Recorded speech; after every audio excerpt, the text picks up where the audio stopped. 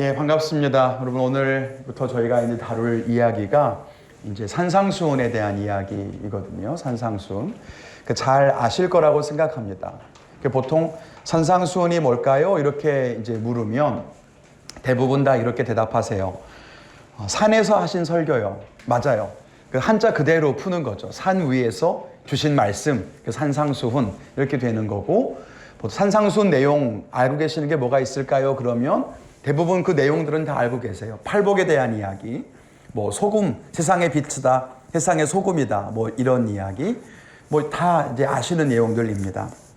함께 이 말씀을 좀 나누면서 우리의 신앙을 좀 돌아보기를 원하는데요. 여러분, 1과에 산상수훈 개요 그 밑에 보시면 노란색 글씨로 되어 있는 거 한번 같이 읽어볼까요? 시작. 산상수훈은 예수님의 가르침 가운데 가장 잘 알려져 있다. 하지만 사람들이 가장 이해하지 못하는 부분이기도 하며 분명 가장 순종하지 않는 부분이기도 하다. 네. 저는 이 글을 강의안을 만들면서 이 글을 읽을 때 굉장히 마음이 아팠어요. 왜냐하면 맞다 이런 생각이 들었기 때문이에요. 제일 유명한 말씀이지만 제일 이해하지 못하고 제일 안 지키는 부분이기도 한 것 같아요. 예배를 드려라, 잘 지켜요. 복음을 전해라, 그것도 최선을 다해 하려고 애쓰고 있습니다. 그런데 이상하게 이 산상수훈 말씀만큼은 쉬운 말씀으로 되어 있음에도 불구하고 잘 안 지키게 되고 잘 이해하지 못하게 되고 그러는 것 같아요. 오늘 함께 이 산상수훈의 말씀을 함께 공부해 보도록 할 텐데요. 첫 번째, 산상수훈의 의미입니다. 이 존 스토트라는 목사님이 뭐라 그랬냐면 산상수훈은 기독교적인 대항문화다 이렇게 이야기했어요. 그러니까 대항문화라고 하는 것은 주류 문화에 저항하는 문화라는 뜻이에요. 그러니까 세상과 다른 문화다. 세상의 원칙과는 다른 원칙을 제시하고 세상의 가치관과는 다른 가치관을 제시하는 것이 바로 산상수훈이다. 이 존 스토트 목사님은 그렇게 이야기를 했습니다. 그러니까 예수님은 세상에 살면서 세상 안에서 세상적인 방법으로 세상이 꿈꾸는 성공을 이야기하거나 축복을 이야기하는 것이 아니라 그들과는 다른 방법, 다른 원칙, 다른 가치관, 다른 방향 이런 것들을 말씀하신 거다라고 이해하시면 좋겠어요. 여러분, 우리가 지난번에도 말씀드렸지만 세상에 살고 있는 사람들을 그 속에 그대로 살게 두지 아니하시고 그들을 따로 이렇게 불러 모으셨죠. 그래서 따로 이렇게 부름받은 사람들, 이 뜻이 에클레시아였습니다. 여러분, 에클레시아의 뜻이 뭐였죠? 부름받아 나온 사람들의 모임, 이게 에클레시아입니다. 다른 말로 하면 교회죠. 그러니까 부름받아 나왔다는 뜻은 거기로부터 분리되었다, 구별된다, 다르다 이런 이야기로 이해할 수 있다는 거예요. 그러니까 여러분, 우리는 이쪽에 사는 사람들이에요. 이렇게.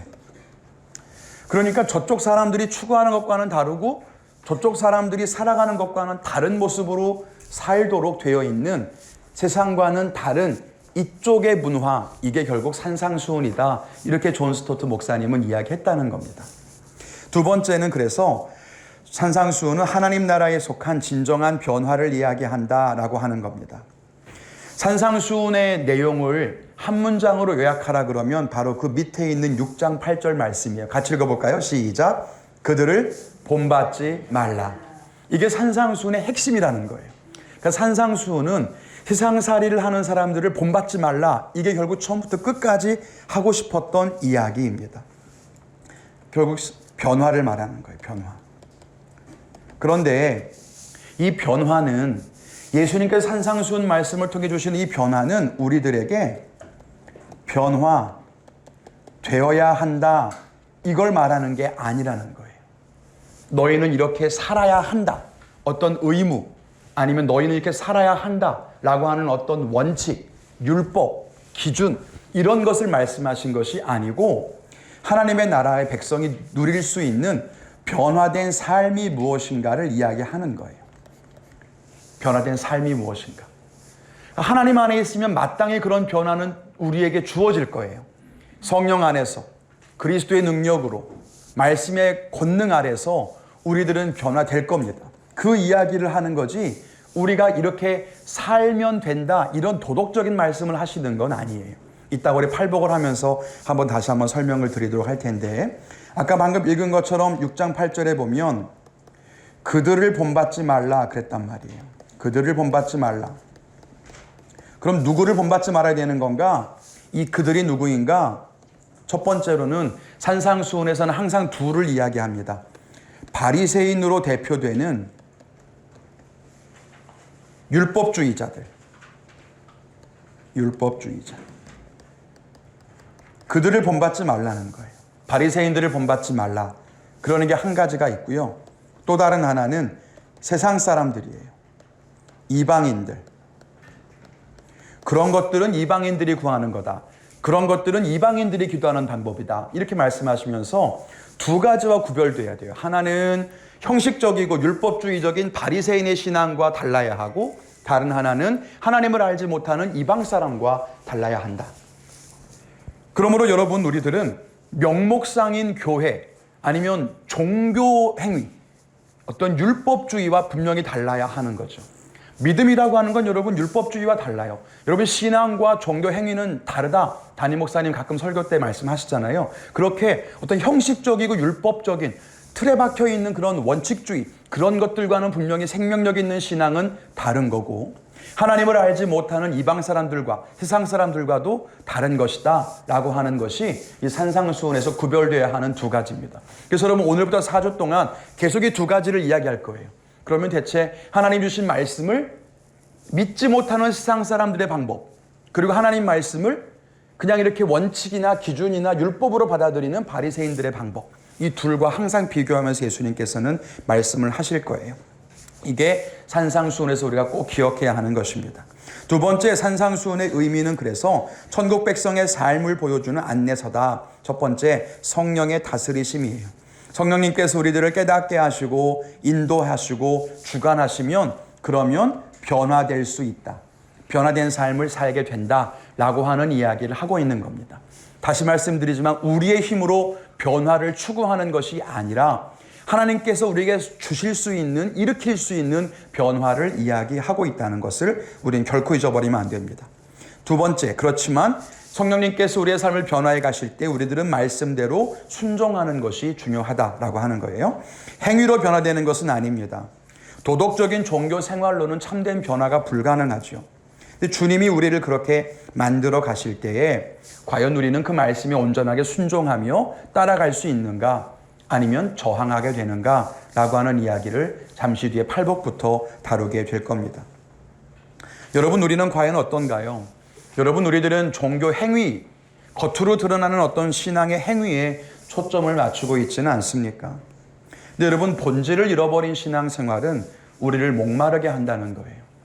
이상하게 예배를 많이 드리는데도 목마름이 해결되지 않고, 많은 일들을 감당하고 봉사하고 섬김을 하고 있는데도 참된 기쁨이 나에게 없고, 이런 일들이 우리 안에 있다면 우리는 어쩌면 바리새인이나 유대인들과 같은 그런 율법주의에 빠져있는 종교인은 아닌가, 우리는 산상수훈 말씀을 통해 한번 고민해 볼 필요가 있을 것 같아요. 여러분, 산상수훈 말씀은 누구에게 주신 걸까요? 이방인들에게 주신 말씀이 아니에요. 복음을 전하면서 전혀 하나님을 알지 못하는 사람들에게 주신 말씀이 아니고 믿고 있는 사람들에게 주신 거예요. 갇혀있는 사람들한테 주신 거죠. 그러니까 어쩌면 우리의 신앙이 굳어 있다면 산상수훈 말씀은 딱 우리에게 주시는 말씀이기도 하겠다, 이런 생각도 듭니다. 우리가 함께 다뤄봤으면 좋겠는데요. 산상수훈의 위치, 산상수훈의 본문을 보시면 산상수훈은 마태복음 5장 3절부터 7장 27절까지 기록되어 있습니다. 마태복음 안에는 여러분, 우리 지난번에 예수님의 비유를 다룰 때 설명드렸지만 마태복음 안에는 5개의 큰 설교 단락이 나옵니다. 그중에 우리 비유는 3번째와 5번째 단락에서 제일 많이 나와요. 천국에 대한 비유, 그 다음에 삶에 대한 비유, 이런 거요. 그런데 산상수훈이 가장 앞에 있는 설교 단락을 이루게 됩니다. 산상수훈의 본문의 위치를 보면 예수님께서 세례 요한에게 세례를 받으시고요, 잘 아시는 것처럼 성령에게 이끌려서 사탄에게 시험을 당하게 됩니다. 그리고 천국을 전파하기 시작하시죠. 그리고 어부들을 제자로 불러서 4명의 제자가 생겨요. 베드로, 안드레, 요한, 야고보. 이 4명의 제자를 세우게 되고, 그리고 나서 예수님의 말씀을 듣고 기적을 보며 많은 사람들이 주변에 모이게 되는데, 사람들이 모이는 걸 보고 예수님이 산으로 올라가서 주시는 설교가 이 산상수훈입니다. 여러분, 그 위치를 보시면 산상수훈은 굉장히 예수님의 공생애에서 앞에 부분, 전반부에, 그것도 가장 첫머리에 시작될 때 주시는 설교라고 하는 것을 우리가 볼 수 있죠. 그리고 나면 산상수훈 마치시고 내려오셔서 병자들을 치유하시고 귀신들을 쫓으시면서 예수님께서 말씀하신 천국이 어떤 건가를 실제적으로 사람들에게 회복해 주시고 또 보여주시기도 했습니다. 말씀으로 끝난 게 아니라 그 말씀을 통해 귀신이 쫓겨나가는 걸 보게 되고 병이 낫는 것을 그들이 체험하게 되는 거죠. 마태복음 5장 1절부터 2절까지 같이 읽겠습니다. 시작. 예수께서 무리를 보시고 산에 올라가 앉으시니 제자들이 나아온지라 입을 열어 가르쳐 이르시되. 여러분, 말씀 읽으셨죠? 그럼 이제 A번 볼게요. 여러분, 누구에게 하신 말씀이세요?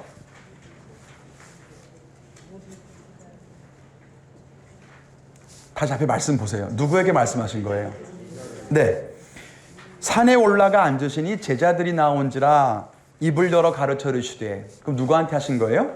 제자에게 하신 거예요. 제자에게. 여러분, 예수님은 군중들이 오신 걸 보고 군중들을 피해서 아마 산으로 올라가셨던 것 같아요. 하늘로 올라가시고 자기를 따라온 제자들에게 말씀을 하신 것처럼 보입니다. 이때 제자가 몇 명? 4명이라 그랬어요. 순서상에 따르면. 분명히 아직 그 바닷가에 있던 어부들만 불렀지 나머지는 부르지 않았습니다. 4명 부르신 거예요. 그렇다면 4명에게 말씀하신 거라고 이해하면 되는데, 문제는 뭐냐면 마태복음 7장 가볼게요, 여러분. 마태복음 7장 28절, 29절. 여러분, 여기는 산상수훈 제일 마지막 단락 뒤에 나오는 거예요. 산상수훈 제일 마지막 단락 28절, 29절. 시작. 예수께서 이 말씀을 마치심에 무리들이 그의 가르치심에 놀라니 이는 그 가르치시는 것이 권위 있는 자와 같고 그들의 서기관들과 같지 아니함일러라. 산상수훈 끝나고 누가 놀랬대요? 무리들이 놀랬대요. 시작할 땐 누구한테 말씀하신 거라고요? 제자들에게. 근데 다 끝났더니 무리들이 놀랐대요. 따라온 무리들도 있었을 거라고 생각하시면 좋을 것 같고, 어쨌든 예수님께서는 제자들에게 주시는 말씀으로 주시는 말씀이었고 그 얘기를 같이 들었던 많은 무리들이 있었는데 그들이 놀랐더라, 이렇게 이해하시면 좋겠습니다.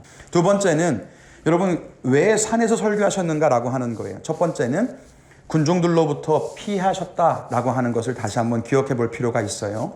방금도 읽었지만 무리가 모인 것을 보시고 산에 올라가셔서 앉으셨어요. 예수님은 항상 군중들로부터 피하는 모습을 보이실 때가 있었습니다. 첫 번째, 예수님은 한적한 곳을 자주 찾으셨다 하는 거예요. 그 밑에 말씀들에 보면 예수님께서 한적한 곳에 나아가사 뭐 이렇게 말씀하시기도 해요. 그리고 예수님은 자주 그 한적한 곳을 산으로 선택하셔서 산에 오르실 때가 있었습니다. 기도하기 위해서 혹은 쉬기 위해서 그렇게 산으로 많이 올라가셨어요.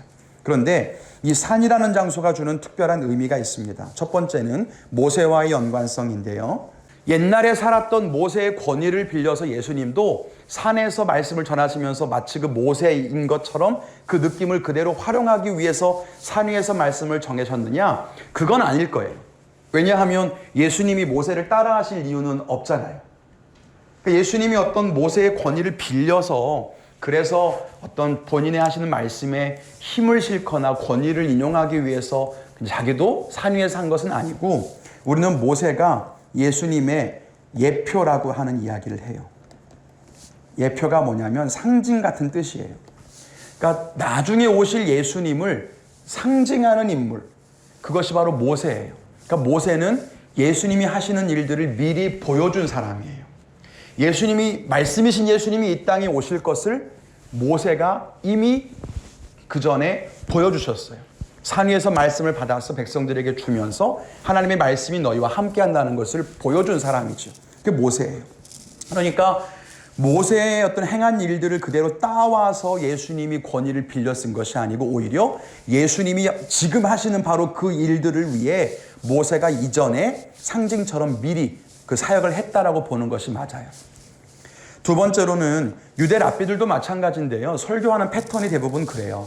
예수님께서 그렇게 예수님만 그렇게 하신 것이 아니라 유대 랍비들도 산에 올라서 자리에 앉으면 제자들이 그 앞에 모이고 그들에게 입을 열어 가르쳤다는 그런 본문은, 이런 표현 방식은 랍비들의 어떤 가르침을 담은 문서에도 많이 기록되어 있는 걸 보면 유대인들은 주로 산에 가서 그렇게 말씀을 전하는 것이 일반적인 문화였나 보다, 이렇게 이해할 수도 있겠습니다.